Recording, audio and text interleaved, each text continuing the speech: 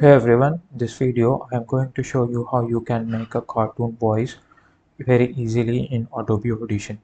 For that you have to import your voice first, and after that you have to click on this effect option. From there you have to choose time and pitch.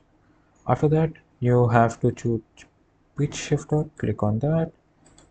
So here you can choose either a preset, or you can just simply increase the semitones, so and apply.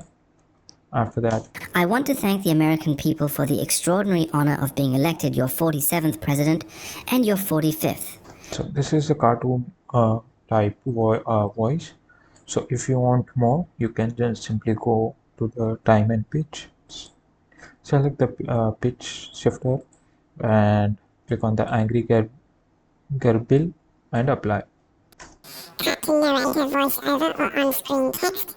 Donald This is Trump is more cartoonish, so you can just simply decide whatever what kind of you want.